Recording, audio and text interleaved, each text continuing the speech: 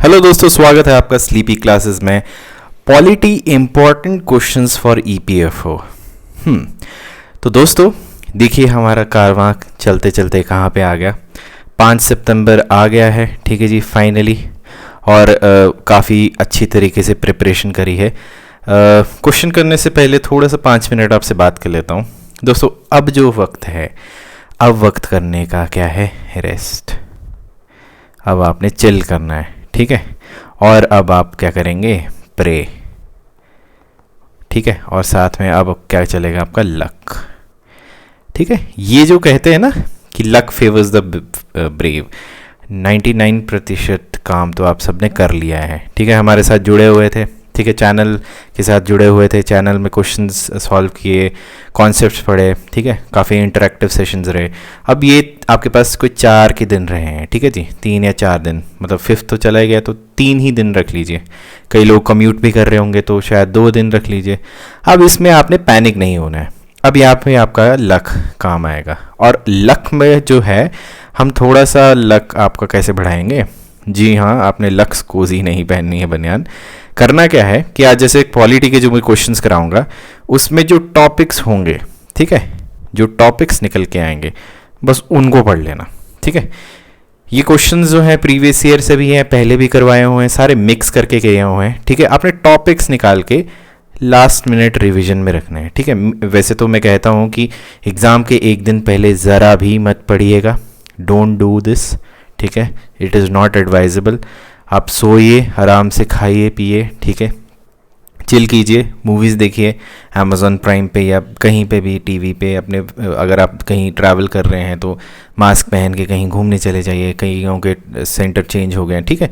लेकिन लक अब आपका काम करेगा, ठीक है, क्योंकि आपने काम सब कुछ कर चुके हैं, ठीक है। अच्छा, एक ये बात होगी। दूसरी बात क्या है कि एग्ज़ामिनेशन में जो सबसे बड़ी गलती करते हैं, ठीक है, हम, क्योंकि ऑनलाइन सबने पढ़ाई करी हुई है तो ऑनलाइन नहीं है ये एग्ज़ाम, आपको पता है ना, ऑफलाइन है। ऑफलाइन का एक बेसिक फंडा मैं बताता हूँ, इसीलिए मैं कहता हूँ पेन एंड पेपर ज़रूर रेडी रखिए। ऑफलाइन का बेसिक फंडा क्या है कि अपने साथ प्लीज़, जैसे अगर आपके पास ये क्वेश्चन आया है, क्वेश्चन 1 2 3 ऐसे करके, ठीक है, MCQ, इसका क्वेश्चन अगर आपको आता है, जैसे अगर आपको पता है कि ABCD इसके जो भी ऑप्शन है, आपको पता है कि हाँ B बिल्कुल ठीक है, टिक कर दीजिए और आगे बढ़ते रहिए, ठीक है। और प्लीज़ प्लीज़ प्लीज़, ये गलती मैंने बहुत बार करी थी, आप मत कीजिए। अपने साथ वॉच ज़रूर लेके जाइए। कौन सी वाली, सिंपल वॉच, क्योंकि आजकल क्या होता है कि UPSC बहुत स्ट्रिक्ट हो गया है। अगर आप एनालॉग वॉच, मतलब डिजिटल वॉच लेके गए, जिसमें कि आप मत समझ रहे हैं, मतलब वॉच अपने साथ प्लीज़ लेके जाइए, सिंपल वॉच, ठीक है। ताकि आपने क्या करना है कि अपने 2 घंटों को, 2 आवर्स को बिल्कुल जुडिशियसली करना है। कई बार होता है कि आपको क्वेश्चन सारे आते हैं, ठीक है, लेकिन आप जो है OMR शीट नहीं भर पाते हैं। तो उसके लिए डेडिकेटेड 15 मिनट्स, मैं बोल रहा हूँ मिनिमम 15 मिनट्स रखिएगा ही रखिए। या तो आप ऐसे कीजिएगा कि हाँ, मेरे ये अगर सपोज क्वेश्चन है और मेरे को ये 50 क्वेश्चन तो बिल्कुल ही आते हैं और मैंने टिक भी कर दिए हुए हैं, ठीक है, तो OMR शीट पे प्लीज़ भर देना। मेरे 1-2 एग्ज़ाम्स में यही प्रॉब्लम आई थी, मैं OMR शीट ढंग से भर नहीं पाया था और फिर गुड़ गोबर हो जाता है कि आने के बावजूद यू मिस आउट एवरीथिंग, ठीक है। OMR शीट आप ढंग से भरिएगा, ठीक है जी। कई बार होता है कि बहुत एक्साइटेड में होता है कि सर B है, अच्छा यार ये मुझे क्वेश्चन आता है, मेरे को सारा पेपर आता है, और B की जगह आपने यहाँ पे क्या है, ऐसे गोले लगे हुए हैं, B की जगह आपने ऐसे C मार्क कर दिया और उसके बाद बोलेंगे ओ शिट। तो बिल्कुल धैर्य रखिए, पेशेंस रखिए, वॉच जो है टाइम ज़रूर देखते रहिए और आराम आराम से कीजिएगा, ठीक है। मेरी तरफ से आपको बहुत बहुत ऑल द बेस्ट। चलिए अब थोड़े से क्वेश्चन कर लेते हैं, ठीक है। अब देखिए पहला ये क्वेश्चन है कि which of the following schedules of constitution of India contains provision regarding anti defection act, ठीक है जी। 2nd schedule, 5th schedule, 8th schedule, 10th schedule, ठीक है दोस्तों। तो ये है आपका, इसका सही आंसर क्या है, 10th शेड्यूल। 10th शेड्यूल के बारे में पढ़ना है। एंटी डिफेक्शन लॉ बहुत इंपॉर्टेंट है, क्वेश्चन इस पे बन सकता है, ठीक है। मैंने very very very important question ही करे हैं, इनको तो आप पेन एंड पेपर पे लिख लीजिएगा, ठीक है। और अगर आपके मतलब EPFO एग्ज़ाम के बाद अगर हम क्वेश्चन डिस्कस भी करेंगे तो you never know, luck favours the brave, वही बात है। तो तो देखिए अब क्या है, 10th शेड्यूल जो है वो 52nd कॉन्स्टिट्यूशनल अमेंडमेंट एक्ट 1985 के साथ आया था और ये एंटी डिफेक्शन लॉ के बारे में बात करता है, ठीक है जी। और ये क्या है कि अपना कब हुआ था, 1985 में आया था। और इसमें क्या है कि स्टेटमेंट ऑफ ऑब्जेक्ट्स और रीज़न जो है उसमें ये कहा था कि पॉलिटिकल डिफेक्शन जो है वो हमने कम करनी है, वही आया राम गया राम, ठीक है। ये वाला जो आपका कॉन्सेप्ट है कि इधर उधर नहीं जाना है, ठीक है। और जो रेमेडी है उसमें क्या था, इसमें प्रपोज किया था कि जो मेंबर्स हैं उनको डिस्क्वालीफाई कर देना either of the house of parliament या फिर स्टेट लेजिस्लेचर जो कि जिन्होंने डिफेक्शन करी हुई है, ठीक है जी, मतलब उनको डिस्क्वालीफाई कर देना। और जो ग्राउंड ऑफ डिस्क्वालिफिकेशन है वो पैराग्राफ 2 में दिए हुए हैं किसके, 10th शेड्यूल पे। तो ये एक आ गया आपका 10th शेड्यूल, ठीक है जी। 10th शेड्यूल इंपॉर्टेंट है। एंटी डिफेक्शन पे दोस्तों बहुत क्वेश्चन बनते हैं, ठीक है। अगले क्वेश्चन पे आते हैं। Preamble of the constitution is a part of constitution but no legal effect, not a part of constitution, no legal effect either, part of constitution and same legal effect as other part of constitution but has no legal effect independently. चलिए question का जवाब तो दे दूंगा। Preamble से important क्या क्या है आपको मैंने आपको पढ़ाया था तो बताया था कि क्रोनोलॉजी प्लीज़ याद रखिएगा। सोशलिस्ट पहले आया था, सेक्युलर पहले आया था, सॉवरेन पहले आया था, ये आपको पढ़ना है, ठीक है जी। तो इसका आंसर क्या है, basically a part of constitution but no legal effect independently of the other part, ठीक है। अब देखिए इसका कोई आपके केसेस जो हैं, केसेस इंपॉर्टेंट है। AK गोपालन केस जो है किससे रिलेटेड है, प्रियम्बल से। इसमें सुप्रीम कोर्ट ने कहा था प्रियम्बल जो है वो एनफोर्सेबल नहीं है कोर्ट ऑफ लॉ में, ठीक है जी। फिर आपका बर्बरी केस आया था 1960 में, उसमें सुप्रीम कोर्ट ने कहा था कि preamble is not part of constitution, लेकिन ये इंटरप्रिटेशन ऑफ कॉन्स्टिट्यूशन में करता है। फिर केशव नंदा भारती केस आया था। ये 3 केसेस हैं इंपॉर्टेंट है, ठीक है। और साथ में इसमें LIC इंडिया भी है, LIC इंडिया केस भी है, ठीक है। कि 4 बेसिकली केसेस हैं। तो प्रियम्बल मतलब आपको पता होना चाहिए कि कौन कौन से वर्ड ऐड हुए हैं। 3 वर्ड्स ऐड हुए थे, इसको आप लिख लीजिए, ठीक है, और इसको पढ़ लीजिएगा। ये आपके रिवीजन में प्रियम्बल से क्वेश्चन आ सकता है और ये आपके 4 केसेस हो गए, ठीक है जी। और सुप्रीम कोर्ट में केशव नंदा भारती ने कहा था कि preamble is the part of constitution. अब इसका कंबाइंड इफेक्ट जो है वो जजमेंट क्या कहता है कि combined effect of the judgment has been given through the preamble is a part of constitution but is not enforceable in the court of law, ठीक है जी। लेकिन प्रियम्बल जो है वो क्या करता है, वो विजन ऑफ कॉन्स्टिट्यूशन का करता है और ये बेसिक स्ट्रक्चर का पार्ट भी बोला हुआ है, ठीक है जी। तो बेसिक स्ट्रक्चर की अगर मैं बात कर रहा हूँ तो आर्टिकल 368 यहाँ से लिख लीजिए प्लीज़ दोस्तों, पेन पेपर लेके के लिख लीजिए। मैं चीज़ें पढ़ाते पढ़ाते बोलता रहता हूँ, लिख लीजिए, आपका बहुत भला हो जाएगा, ठीक है। तो ये इसके लिए था कि ये part of basic structure of constitution है, ठीक है। तो ये प्रियम्बल से रिलेटेड है, ठीक है। अगले क्वेश्चन पे आते हैं कि which part of the constitution of India declares the ideal of welfare state, ठीक है जी। अब देख लिया, यहाँ से मैंने आपको बता दिया है, ये तो आपको सरासर पता है कि directive principle of state policy है। अगर किसी भी बच्चे ने या एस्पिरेंट ने directive principle of state policy नहीं करा है तो प्लीज़ हाथ जोड़ के बोल रहा हूँ, EPFO में बहुत ज़्यादा क्वेश्चन आ सकते हैं, क्योंकि ये जो इसका जो एग्ज़ाम का पैटर्न है जो डिमांड करता है उसमें डायरेक्टिव प्रिंसिपल, वेलफेयर, ठीक है, इन चीज़ों से बहुत ज़्यादा चीज़ें हैं। तो प्लीज़ हाथ जोड़ के बोल रहा हूँ, अभी जाके अपने डायरेक्टिव प्रिंसिपल्स पढ़ लीजिए। साथ में ऑप्शंस में भी है, तो फंडामेंटल्स राइट्स तो छोड़ने नहीं है आपने, ठीक है जी। फंडामेंटल राइट्स आपने सारे करने हैं अलोंग विद आर्टिकल 32, ठीक है। ये बेसिकली होगा क्या दोस्तों कि जब ये लेक्चर ख़त्म हो जाएगा तो आपको कोई अमूमन 30 to 35 टॉपिक्स मिलेंगे, ठीक है।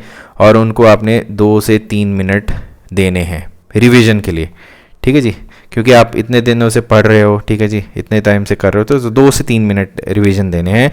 और ये नहीं कोई आप लेके अपने साथ एग्जामिनेशन हॉल में मतलब बैग में रखिएगा, ठीक है, अंदर मत ले जाना, फिर बोलोगे सर एग्जामिनेशन से बाहर हो गए, ठीक है जी।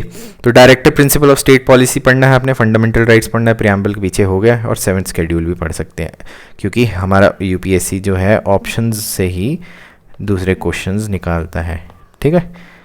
चलिए नेक्स्ट क्वेश्चन पे चलते हैं।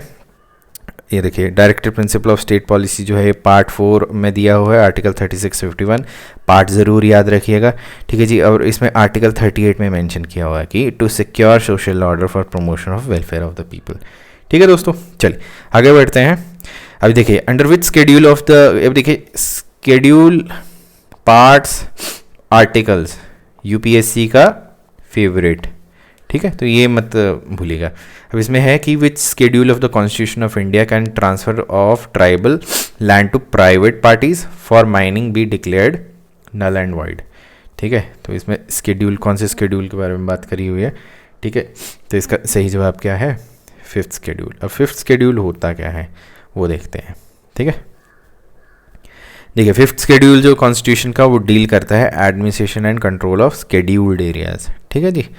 अब ये क्या है कि गवर्नर जो है हमारे वो रेगुलेशन कर सकते हैं किसके, to prohibit and restrict the transfer of land by or among the member of schedule tribe. ठीक है, और 5th स्केड्यूल जो है वो डेजिग्नेट करता है ट्राइबल मेजॉरिटी एरियाज इन 10 ट्राइबल माइनॉरिटी स्टेट। ठीक है जी, 10 ट्राइबल माइनॉरिटी स्टेट्स हो उस पे करता है। और कौन कौन से स्टेट है, आंध्र प्रदेश, तेलंगाना, गुजरात, झारखंड, छत्तीसगढ़, हिमाचल प्रदेश, मध्य प्रदेश, महाराष्ट्र, उड़ीसा और राजस्थान। ठीक है, और 6th स्केड्यूल के बारे में थोड़ा सा बात कर लेते हैं। ये जो है ये क्या डेजिग्नेट करता है, such tribal majority areas in North Eastern states, जहाँ पे कि असम, मेघालय, मिजोरम, त्रिपुरा, और इनमें से मेघालय और मिजोरम जो है वो ट्राइबल मेजॉरिटी स्टेट्स हैं।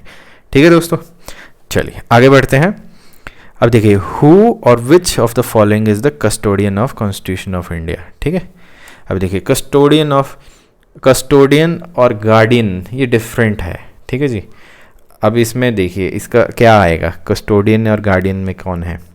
ठीक है, इसका सही जवाब क्या है, सुप्रीम कोर्ट ऑफ इंडिया। ठीक है, तो आपको सुप्रीम कोर्ट ऑफ इंडिया आ गया है, तो इसमें यूजुअली जो आपको क्वेश्चन बनता है वो आपके जो है ज्यूरिसडिक्शन से बनता है। ठीक है, टाइप्स ऑफ ज्यूरिसडिक्शन जो होती है ना, कि एपेलेट ज्यूरिसडिक्शन हो गया, ओरिजिनल ज्यूरिसडिक्शन, वो आप लक्ष्मीकांत में दिए हुए हैं, एक बार रिवाइज कर लीजिएगा, पहली बात वो। और आर्टिकल 32 रिट्स जो है, रिट्स तो मतलब घोट के पी ही जानी है आपने। ठीक है, चलिए अब इसके बारे में देखते हैं थोड़ा सा। सुप्रीम कोर्ट जो है वो कस्टोडियन ऑफ कॉन्स्टिट्यूशन है, और कॉन्स्टिट्यूशन जो है वो क्या सीख करता है, इंडिपेंडेंस ऑफ सुप्रीम कोर्ट जजेस इन वेरियस वेज। वो किस तरीके से कि इंडिपेंडेंस जो रहे हमारे सुप्रीम कोर्ट की जजेस की, वो इस तरीके से है। जज ऑफ सुप्रीम कोर्ट जो है he cannot be removed from office except an order of the president. ठीक है जी, और वो ऑर्डर ऑफ प्रेसिडेंट कैसे होता है, जब एक एड्रेस होता है किस पे, in each house of the parliament supported by majority of total membership of the house, फिर उसके बाद by a majority not less than 2/3, मतलब 2/3 की आपकी मेजॉरिटी चाहिए मेंबर्स की प्रेजेंट एंड वोटिंग की। और फिर प्रेसिडेंट जो है सेम सेशन में क्या कहते हैं कि removal on the ground of proved misbehaviour और इनकैपेसिटी, मतलब कि हमारे सुप्रीम कोर्ट के जज को मतलब कि बाहर निकालना, या रिमूवल का प्रोसेस बहुत टफ है, इसीलिए ताकि उसकी इंडिपेंडेंस बनी रहे। ठीक है, अ पर्सन जो कि एक जज है किसके, सुप्रीम कोर्ट के, उनको डीबार किया गया है practising in any court of law before any other authority in India. तो सुप्रीम कोर्ट आपने साथ में हाई कोर्ट, लो एक और होमवर्क, एक और टॉपिक ये आपने रीड करना है। ठीक है, चलिए अगला है, ये देखिए आ गया आपके प्रियम्बल पे क्वेश्चन, मैंने पीछे आपको होमवर्क दिया था, और वही देखिए प्रियम्बल पे क्वेश्चन आ गया। अब देखिए the world socialist secular and fraternity, socialist secular fraternity जो है वो 42nd कॉन्स्टिट्यूशनल अमेंडमेंट से आ गए। तो चलो एक और होमवर्क आपको मिल गया, 42nd कॉन्स्टिट्यूशनल अमेंडमेंट। इसमें सिर्फ यही नहीं ऐड किए थे, ठीक है जी, वर्ड्स, इसके साथ साथ और भी चीज़ें ऐड हुई थी, और directive principle of state policy में भी एक चेंजेस आए थे। ठीक है, तो ये वाली अमेंडमेंट जो है इंपॉर्टेंट है आपकी। ठीक है जी, अगला स्टेटमेंट है कि preamble has been derived from the USA. ठीक है, तो इसका सही जवाब क्या है, इसका सही जवाब है ओनली 2। ठीक है जी, अब वो देखते हैं कैसे। ठीक है, देखिए प्रियम्बल जो है 26 नवंबर 1949 को कॉन्स्टिट्यूंट असेंबली ने एक्सेप्ट किया था। इसको हम नेशनल लॉ डे बोलते हैं, ठीक है जी। और ये 26 जनवरी 1950 में आया था। प्रेम्बल को एक बार ही अमेंड किया गया है 1976 में 42nd अमेंडमेंट एक्ट के अंदर। और देखिए वर्ड्स कौन से थे, सोशलिस्ट, सेकुलर और इंटीग्रिटी, ठीक है जी। कई बार हम दो ही बताते हैं, इंटीग्रिटी भी है इसमें, ठीक है। चलिए नेक्स्ट क्वेश्चन पे आते हैं। अभी अगला क्वेश्चन क्या है कि कंसीडर द फॉलोइंग स्टेटमेंट, पहली स्टेटमेंट, दूसरी स्टेटमेंट, और इसमें पूछा है कि स्टेटमेंट कौन सी करेक्ट है। पहली स्टेटमेंट है कि काउंसिल ऑफ मिनिस्टर जो है वो कलेक्टिवली रिस्पॉन्सिबल होते हैं प्रधानमंत्री जी के लिए। दूसरी स्टेटमेंट है कि parliament admits the new state of the union of India. तो इनमें से कौन सी स्टेटमेंट करेक्ट है, तो इसमें क्या है, ये गलत है, ये सही है, तो ओनली 2, ठीक है। तो 7वें क्वेश्चन का आंसर है बी। क्यों, वो देखते हैं कैसे। देखो आर्टिकल 73 क्लॉज 3 में क्या गया है कि कॉन्स्टिट्यूशन में कि काउंसिल ऑफ मिनिस्टर जो है कलेक्टिवली लोकसभा को रिस्पॉन्सिबल हैं, ठीक है जी। प्राइम मिनिस्टर तो हेड करते हैं उनको, वो उनको रिस्पॉन्सिबल नहीं है, ठीक है जी। इनका मतलब है कि मिनिस्टर कलेक्टिवली आंसरेबल हैं किसको, लोकसभा को। किस चीज़ के लिए, for policies and decision of the government, ठीक है जी। Even though decision taken may be attend to a single ministry, चाहे वो एक सिंगल मिनिस्ट्री से ही क्यों ना हो, ठीक है। अब क्या है कि आर्टिकल 2 जो है वो कहता है कि पार्लियामेंट बाय लॉ, ठीक है, वो क्या कर सकते हैं, admit new states in the union of India, ठीक है जी। Establish new states on terms and conditions जो कि यूनियन इंडिया को ठीक लगती है। आर्टिकल 3 क्या कहता है, वो एक नए स्टेट को बना सकते हैं या फिर सेपरेट कर सकते हैं या फिर उसका पार्ट जो है वो उसको मतलब कि काट छांट सकते हैं, उनको एक या दो स्टेट को यूनाइट कर सकते हैं या उसके स्टेट या पार्ट को मतलब कि एक यूनियन टेरिटरी बना सकते हैं। तो ये आर्टिकल 3 में दिया हुआ है, ठीक है। तो ये था हमारा एक्सप्लेनेशन आर्टिकल 2 और 3 के लिए, ठीक है दोस्तों। चलिए अब वाइस प्रेसिडेंट जो हैं एक मेंबर ऑफ लोकसभा है, मेंबर ऑफ राज्यसभा है, मेंबर ऑफ ईदर हाउस है या नॉट मेंबर ऑफ पार्लियामेंट है। अभी देखिए ये वाला क्वेश्चन ना आपसे कई बार पूछा जा सकता है कि is vice president part of parliament, एक ये क्वेश्चन आ जाता है। दूसरा is president the part of parliament. ये दो स्टेटमेंट्स हैं, इन पे गौर कीजिएगा और पढ़िएगा, ठीक है। अब देखिए ये क्या है, हमारे 8वें क्वेश्चन का जो क्वेश्चन का जवाब है वो है नॉट मेंबर ऑफ पार्लियामेंट, ठीक है। अब देखिए क्यों, वाइस प्रेसिडेंट जो है ही is not a member of either house of parliament or a house of legislature of any state, ठीक है, क्योंकि वो वाइस प्रेसिडेंट है, ठीक है। अगर किसी भी either a house of the parliament or a house of legislature of any state is elected as vice president, suppose कोई एमएलए है या कोई आपके एमपी हैं, ठीक है जी, वो वाइस प्रेसिडेंट बनते हैं तो उनकी जो सीट है वो खाली मानी जाएगी, ठीक है जी, जिस डेट से वो वाइस प्रेसिडेंट साहब वहाँ का दारोमदार संभालेंगे, ठीक है। तो ये इसकी एक्सप्लेनेशन थी, ठीक है जी। वाइस प्रेसिडेंट जो हैं हमारे एक्स ऑफिशियो चेयरपर्सन है राज्यसभा के। अब दोस्तों मैं आपको यहाँ पे ना पार्लियामेंट का बताना भूल गया, ठीक है, मैं आपको पार्लियामेंट का बताना भूल गया कि वो इम्पॉर्टेंट है। लेकिन आप बोलोगे सर इम्पॉर्टेंट तो है लेकिन इतना बड़ा है तो पढ़ेंगे क्या। अब इसमें से दोस्तों कमिटीज़ ज़रूर कर लीजिएगा, ठीक है जी। जैसे पब्लिक अकाउंट कमिटीज़ वगैरह जो होगी ना, अगर आप मेरा एक लेक्चर पढ़ा हुआ है पॉलिटी फॉर ऑल, अभी रिसेंटली ही करवाया हुआ है, ठीक है जी, वहाँ से कमिटीज़ वाला जो एक ना चैप्टर जो है वो पढ़ लीजिएगा, ठीक है। वहाँ से क्वेश्चन बन सकते हैं पार्लियामेंट के, और बाकी जो आपके बेसिक्स हैं पार्लियामेंट के बेसिक्स, वहाँ से भी क्वेश्चन आ सकते हैं, ठीक है। इतना ज़्यादा लोड नहीं लेना है, ठीक है, जो आपको इम्पॉर्टेंट लग रहा है वही मैं बता रहा हूँ, बस वो पढ़ लीजिएगा।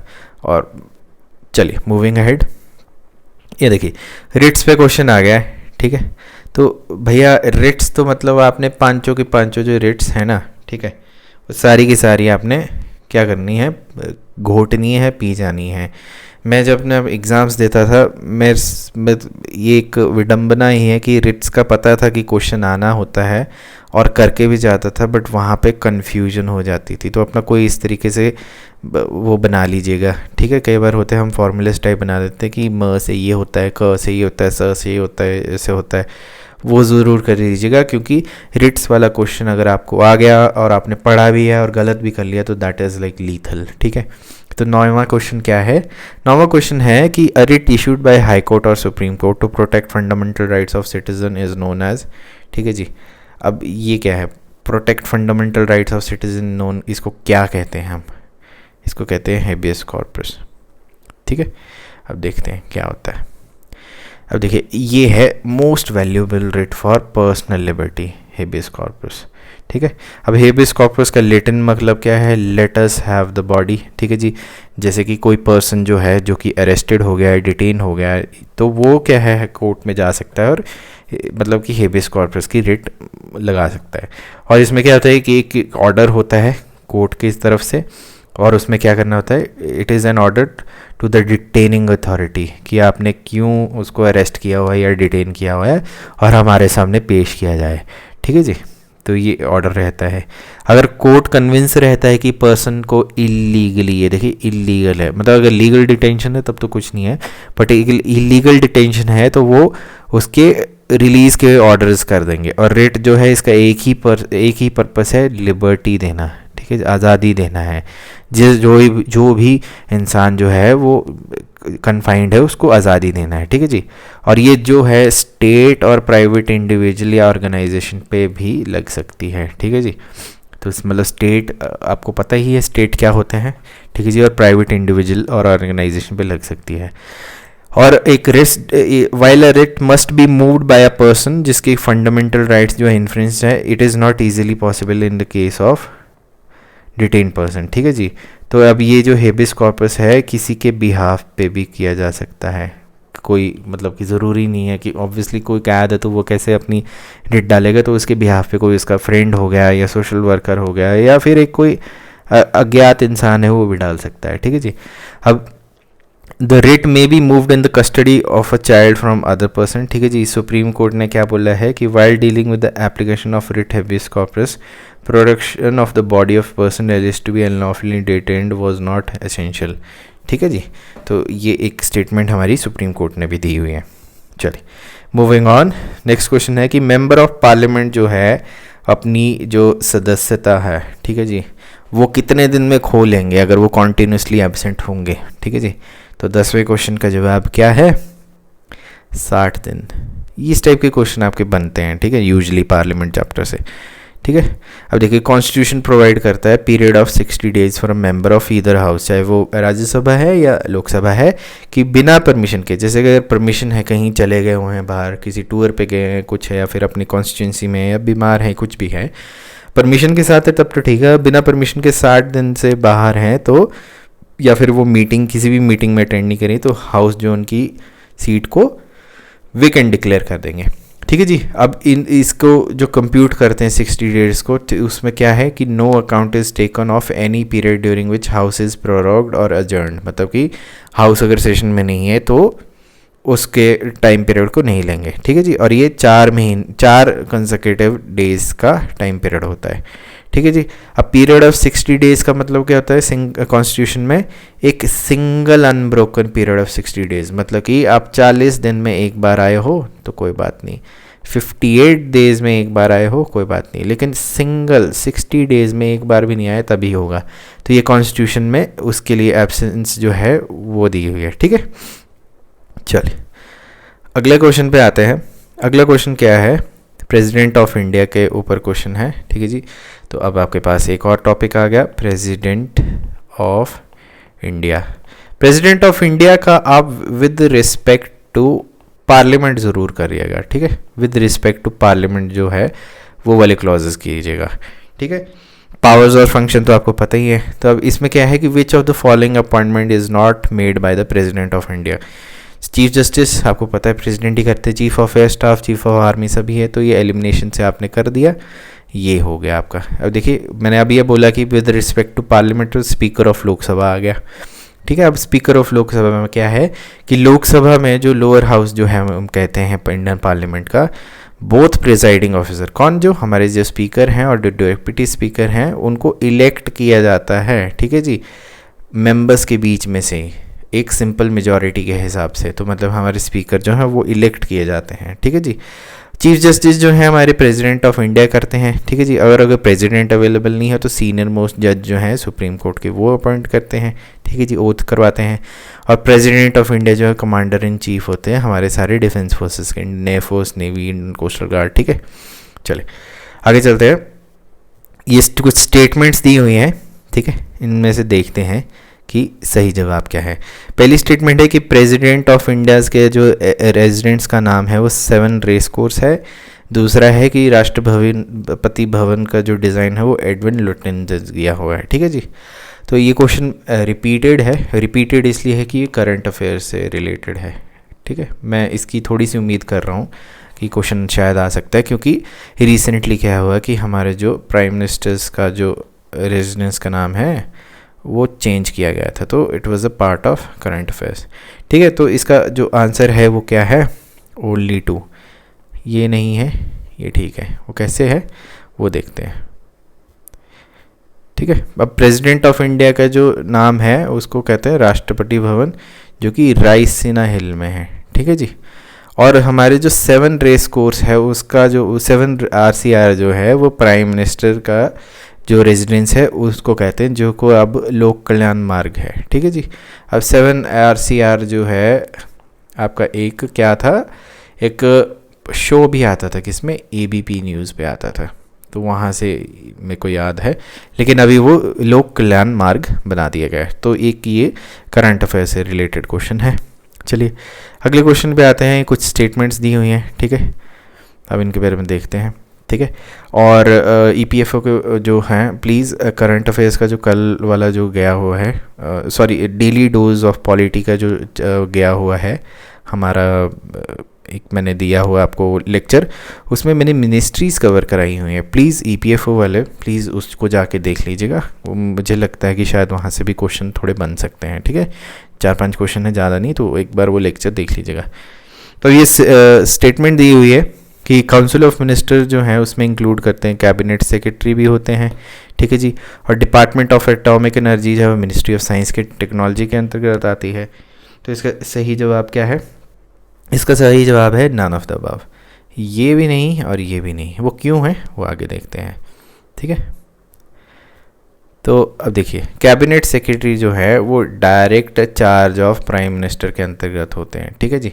और कैबिनेट सेक्रेटरी जो है हमारे वो एक्स ऑफिशियल चेयरमैन भी होते हैं, किसके, सिविल सर्विसेज बोर्ड के भी।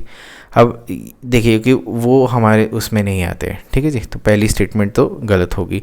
दूसरी क्या है कि डिपार्टमेंट ऑफ एटॉमिक एनर्जी भी डायरेक्ट कंट्रोल के अंतर्गत आती है प्राइम मिनिस्टर ऑफ इंडिया, तो दूसरी स्टेटमेंट भी गलत होगी। तो these are the small facts, ठीक है।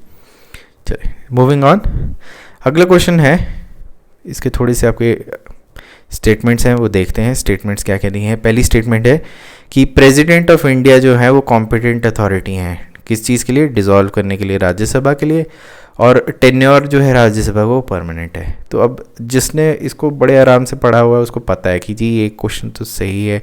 अब अगर राज्यसभा परमानेंट है तो फिर ऑब्वियसली डिसॉल्व तो हो नहीं सकते, तो ये गलत है, तो ओनली 2 हो गया इसका आंसर, ठीक है दोस्तों।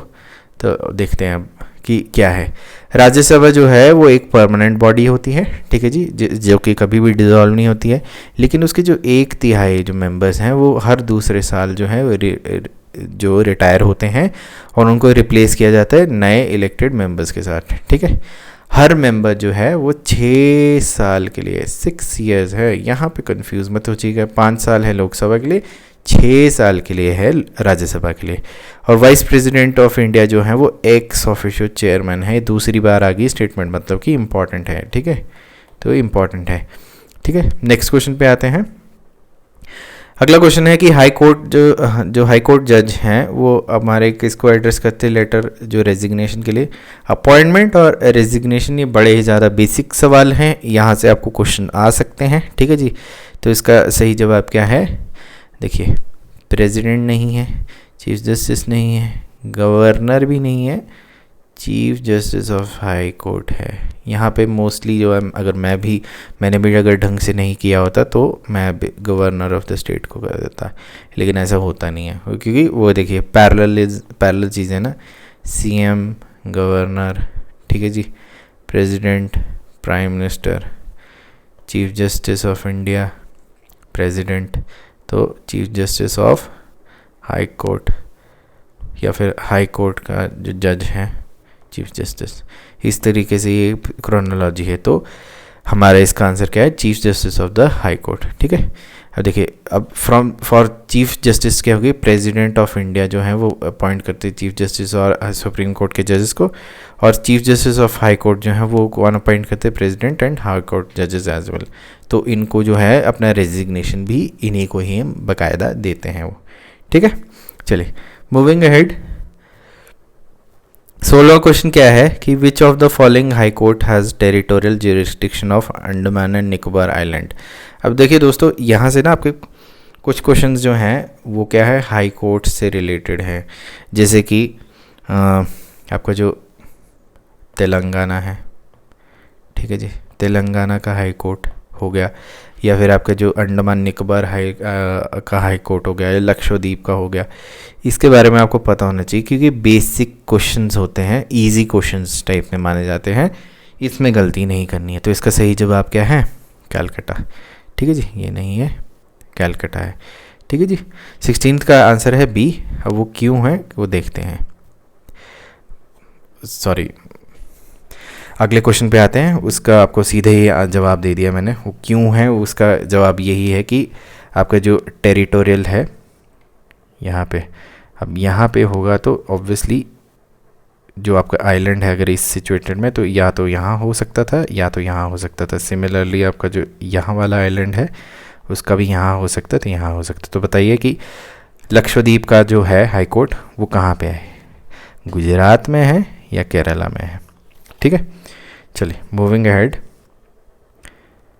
तो ये दिया हुआ है कि क्रोनोलॉजिकल ऑर्डर जो है क्रिएशन ऑफ असम, नागालैंड, गोवा और मिज़ोरम। ठीक है जी, अब देखिए दोस्तों, ये जो है क्रिएशन जो है, अब देखिए आर्टिकल 2 और 3 हमने कर लिया। ठीक है, अब उसके साथ आपने देखना है कि क्रिएशन कैसे हुई थी और कौन सी ईयर में। ये ईयर्स जो हैं बहुत इंपॉर्टेंट हैं स्टेट्स के स्पेशली। ठीक है, तो ये आपका क्वेश्चन है और इसमें क्रोनोलॉजिकली पूछा गया है। तो इसका सही जवाब क्या है, देखिए अब आपको एक तो बात तो पता चल गई है कि सारों में ये असम तो है ही। ठीक है, सारों में आपको पता है कि असम तो चलो हो ही गया।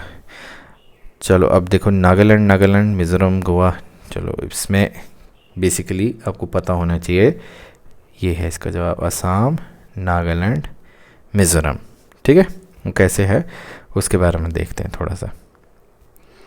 ठीक है, नागालैंड जो है वो 1963 में फॉर्म हुआ था, मिज़ोरम जो है वो 20 फरवरी 1987 को फॉर्म हुआ था, और गोवा जो है 30 मई 1987 को। तो एक ही साल में ये दो आए थे, ये फरवरी में और ये मई में। ठीक है, अब देखिए आर्टिकल 3 क्या कहता है, ये इस किसके फॉर्मेशन ऑफ न्यू स्टेट्स और ऑल्ट्रेशन ऑफ एरियाज और boundaries of name of existing states से रिलेटेड बात करता है। अब पार्लियामेंट बाय लॉ क्या कर सकता है, नई स्टेट बना सकता है। ठीक है जी, सेपरेट कर सकता है टेरिटरी को, जो हमने पीछे एक क्वेश्चन में करा था। ठीक है जी, वो किसी स्टेट की एरिया को इंक्रीज कर सकता है। ठीक है जी, डिमिनिश कर सकता है, मतलब कम कर सकता है, ऑल्टर कर सकता है बाउंड्री को। ठीक है जी, और नाम भी कर सकता है, उत्तरांचल का उत्तराखंड भी कर सकता है। ठीक है, तो ये पार्लियामेंट के पास है, पार्लियामेंट के पास है ये। ठीक है, स्टेट के अंदर अगर कोई किसी जगह की करनी है तो उसके बारे में आप योगी जी से पूछ सकते हैं। ठीक है, jokes apart, this is a parliament subject. ठीक है, चलिए मूविंग अहेड। 18वां क्वेश्चन है, इसके बारे में देखते हैं कि who among the following fixes the ceiling and capping on election expenses. यहाँ से आप एक क्यू दे रहा हूँ, इलेक्शन कमीशन और डीलिमिटेशन कमीशन और 73rd और 74th अमेंडमेंट एक्ट ज़रूर कर लीजिएगा। ठीक है, ये इंपॉर्टेंट है, 3 आपके टॉपिक्स आ गए। तब देखिए इसमें से इलेक्शन एक्सपेंसेस जो है उसके बारे में सीलिंग और कैपिंग कौन करता है, वो इसका तो सही जवाब क्या है, इसका सही जवाब है यूनियन गवर्नमेंट। हाँ बोलेंगे सर नहीं इलेक्शन कमीशन होना चाहिए, नहीं यूनियन गवर्नमेंट है। वो क्यों है वो देखते हैं। अब सीलिंग ऑफ इलेक्शन एक्सपेंसेस जो है वो यूनियन गवर्नमेंट करते हैं और not by the election commission. Recommendation of election expenses जो है वो ज़रूर इलेक्शन कमीशन कराते हैं, लेकिन फिक्सेशन जो है यूनियन गवर्नमेंट करती है। ठीक है जी, तो ये आपको पता होना चाहिए। चलिए 19वें क्वेश्चन पे आते हैं। अब इसमें है कि which of the following is not a feature of election system in India? Universal adult franchise, reservation of seats in legislature for member of एससीज and ST, secret voting and communal electorate. तो आप देखिए elimination से निकालेंगे, ये तो होता है जी, ये भी होता है, ये भी होता है, तो यही होगा फिर आंसर इसका। तो एलिमिनेशन से हमने देख लिया कि कम्युनल इलेक्टोरेट नहीं है। तो हिस्ट्री से जाके ये हिस्ट्री का क्वेश्चन आप यहाँ से निकाल दें, मॉडर्न हिस्ट्री, कि who was in favour of communal electorate. ठीक है दोस्तों, चलिए अब इसके बारे में थोड़ा सा जानते हैं। अब आर्टिकल 326 क्या कहता है? वो कहता है यूनिवर्सल अडल्ट फ्रेंचाइज। वो क्या होता है? जिसके बेसिस पे इलेक्शंस होते हैं, elections to all levels of the elected government. तो इसमें क्या आता है कि it refers to all citizen जो कि 18 साल से ऊपर हैं, जिन और irrespective of caste, religion, colour, race and economic conditions are free to vote. ठीक है जी, मतलब कि सबको वोट करने का अधिकार है। और आर्टिकल 332 क्या कहता है कि रिजर्वेशन ऑफ सीट्स फॉर एससीज and STs in legislative assembly of the state. ठीक है जी, तो अब आते हैं अगले क्वेश्चन पे। ये देखिए पार्लियामेंट पे आए हुए हैं, ये वाला क्वेश्चन बहुत इंपॉर्टेंट है क्योंकि इस वाले क्वेश्चन पे मैंने गलती कर दी थी। ठीक है, अब इसमें दिया है कि पार्लियामेंट के लिए दिए हैं कि there are total 12 nominated members in the parliament. ठीक है जी, और मैक्सिमम स्ट्रेंथ जो है लोकसभा की वो 552 है। तो इसमें से सही जवाब क्या है? और देखिए ये जवाब सही है, ये गलत है, तो ओनली वन। आप बोलेंगे सर 552 तो है, तो देखिए दोस्तों एंग्लो इंडियन का जो आपका था कॉन्सेप्ट नॉमिनेशन को, वो तो ख़त्म कर दिया है, तो रही कितनी 550। तो नहीं तो अगर नॉमिनेशन के हिसाब से तो ये वाली जो थी आपकी 14 होनी चाहिए थी, 14 होनी चाहिए थी, लेकिन अब 2 ख़त्म कर दिए तो बची कितनी 12, और वो सिर्फ और सिर्फ अब राज्यसभा में। ठीक है, तो अब इसके बारे में थोड़ा सा जानते हैं। ठीक है जी, देखिए there are total 12 nominated members, 12 are nominated by president in Rajya Sabha. ठीक है जी, और मैक्सिमम स्ट्रेंथ जो राज्यसभा की 250 है, 238 जो है वो representative of states and union territory होते हैं। अब लोकसभा की 550 है, जिनमें से कि 530 मेंबर्स जो हैं वो रिप्रेजेंटेटिव ऑफ स्टेट्स होते हैं, 20 जो हैं वो representative of UT, and 2 members are nominated by president from Anglo Indian community that are no longer part of the parliament। तो ये है हमारा कॉन्सेप्ट। ठीक है दोस्तों, तो इसी के साथ हमारे जो हैं ये इम्पॉर्टेंट टॉपिक्स जो हैं, काइंड ऑफ टॉपिक्स ही हैं, वो ख़त्म हो गए हैं। ठीक है, प्लीज़ अफरा तफरी मत मचाइए। ठीक है जी, आई नो काफ़ी एस्पिरेंट्स जो आते हैं वो ऐसे ही देख लेते हैं कि हाँ ठीक है कोई क्वेश्चन देख लेते हैं, कुछ ना कुछ टकर जाएगा, अच्छी बात है, लेकिन आप प्लीज़ ठीक है एक पॉजिटिव अप्रोच के साथ जाइएगा एग्ज़ाम में। ठीक है जी, और ये keep the smile and be positive. ठीक है, तो मेरा नाम है अभय और आपको बहुत बहुत all the best from my side. अपना पेपर अच्छे से कीजिएगा, वॉच अपने साथ ज़रूर लेके जाइएगा। ठीक है जी, वाटर आपको खुद लेके जाना है अपनी ही, ठीक है जी, ट्रांसपेरेंट बॉटल्स में। ठीक है, और मिलते हैं, टेक केयर, बाय बाय।